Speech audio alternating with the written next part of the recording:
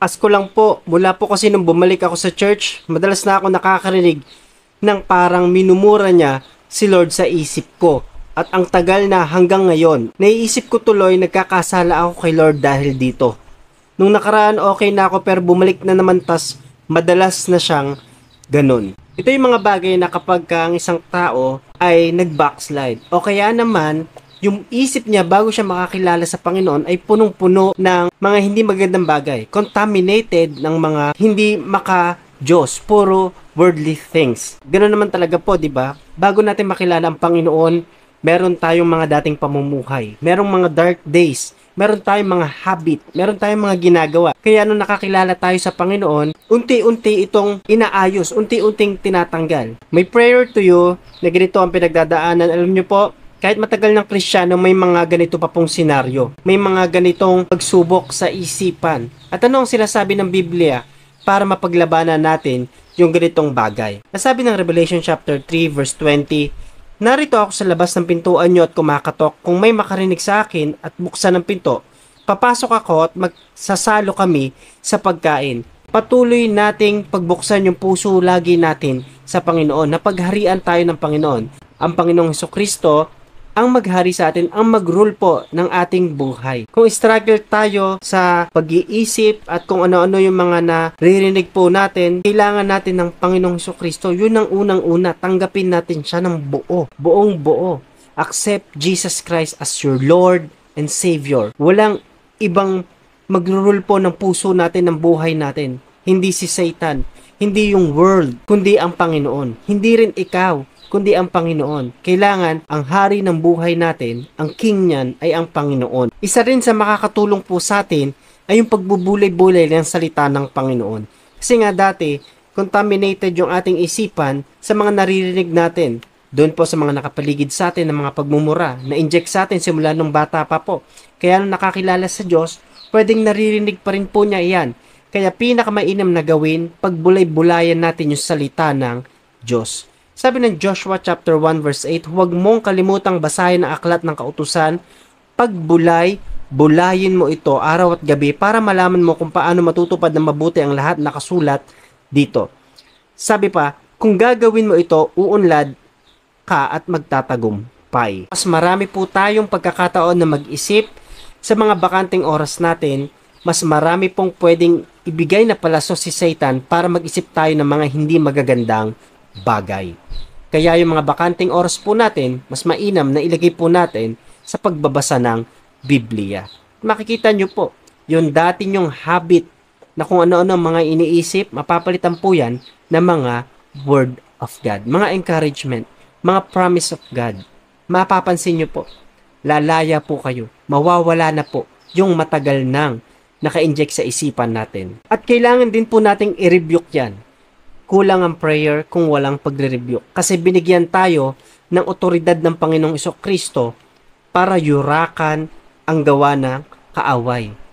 Sabi ng Luke chapter 9 verse 1, "Binigyan ng kapangyarihan magpalayas ng lahat ng masasamang espiritu at magpagaling ng mga sakit ang mga apostol." Nung tinanggap natin ang Panginoong Hesukristo, meron na po tayong kapangyarihan. Ano yun? Yung kapangyarihan nagmumula sa Diyos. Hindi sa ating pangalan kung paano tayo magpapalayas ng mga masasamang espiritu at gagaling yung may mga sakit, kundi sa pangalan lang ng Panginoong Hesukristo.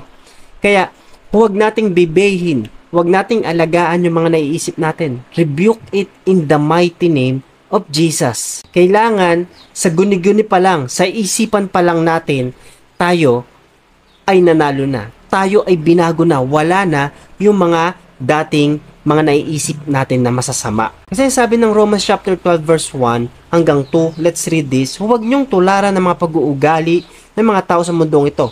Hayaan niyong baguhin kayo ng Diyos sa pamamagitan ng pagbabago ng inyong mga isip." Listen, kapatid, kailangan merong pagdidesisyon. Sa pamamagitan ng pagbabago ng iyong isip, ikaw mismo ang tutulong sa sarili mo, hindi ibang tao. Kasi kahit ilayhans ka ng kahit na sino, pero kung ikaw, ine-entertain mo pa rin yung mga pangit na isipan kasi dyan nagkakaroon ng depression po eh. Do not entertain worldviews. Do not entertain the spirit of Satan.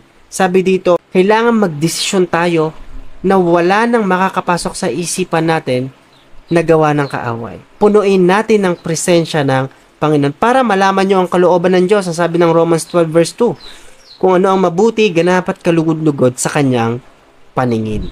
Di ba po, kailangan mapagdesisyonan natin. Ngayon pa lang, magbago tayo ng isip. Renew our mind, ang sabi ng Romans. At bilang isang mananampalataya, tatandaan po natin ng salita ng Diyos ay makakatulong sa atin, sa ating kaloob-looban, sa ating inner part. Kasi po ito yung magtuturo sa atin, magpapaalala sa atin. Maganda na merong nagka-counsel sa'yo. Yan yung bagay na kailangan natin ng ating pastor, yung ating mga elder, na makakatulong sa ating spiritual na kalalagayan. At kailangan din po dito ng hindi nag-iisa. Kung lagi kang mag-isa, kaya ka nakakapag-isip ng maraming bagay. Pero kung may kasama ka, hindi ka makakapag-isip ng mag-isa at hindi ka makakapag-isip ng kung ano-anong masasamaang bagay. Para lang hindi mo maisip na nagkakasala ka sa Panginoon, kailangan mo ng katuwang. Kailangan mo ng kasama. Diyan ang asawa mo, kung meron ka mananampalataya na asawa, yon, pinakamagandang kasama po yan. Yung iyong mga kaibigan, yung mga nakakapaligid po sa inyo. Merong epekto po yan sa ating mga iniisip habang nagpapatuloy. Colossians 3 verse 16 hanggang 17, itanim niyong mabuti sa mga puso niyo ang mga aral ni Kristo. Paalalahanan at turuan niyo ang isa't isa ayon sa karunungan at kalooban ng Diyos. Sabi po dito, mapuno tayo ng presensya ng Diyos. Paano yun? Ng mga worship songs, mga gospel songs. Huwag punuin yung ating puso at mga pinapakinggan nating mga music ng mga worldly songs, mga secular songs. Mas mainam po na gospel songs kasi nakakaapekto po yan. At mas piliin po natin bilang mananampalataya na mapuno tayo ng ganito po, ng presence ng Panginoon. Sabi dito, umawit kayo ng mga salmo, himno, at iba pang awiting espiritual na may pasasalamat sa Diyos sa mga puso ninyo. So, kailangan nating makipag-communicate sa Panginoon pag ganito. Mag-pray na, dumulog na sa Panginoon, mag-praise and worship na, kahit mag-isa ka lang. Para lang, mapagtagumpayan mo ito, kailangan natin ng banal na espiritu. Yung mga bagay na yun, makakatulong kung ikaw ay dumadaan doon sa mga bagay na nakakapag-isip ka ng masama. May nagmumura kasi marami po akong napakinggang ganyan mga patotoo. Hindi lang sa Facebook. Kahit sa mga nakasama ko na pong naglilingkod, kahit magpapastor na sila, meron sila ganitong struggle. At makakatulong po ang salita ng Diyos. Topic na ito, kung meron po kayong kilala na ganito po ang pinagdadaanan, tatandaan nyo po. Once na tinanggap natin ng Panginoong Sokristo sa puso natin, siya na yung nag-aahari dyan. At hindi ka na mapag-aharian na kahit na sino at anumang espiritu.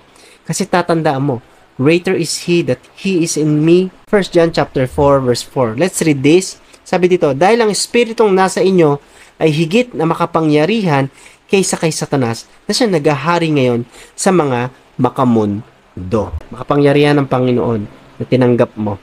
Amen? Kaya mapagtatagumpayan mo yung ganyang pagsubok. Share mo to sa mga tao na dumadanas na ganitong pinagdadaanan. Alam ko, ikaw rin ay kinausap ng Panginoon sa mga bagay na ito. Salamat. Nakarating ka sa huling part ng video ito. Hanggang susunod pagkikita. God bless, kapatid.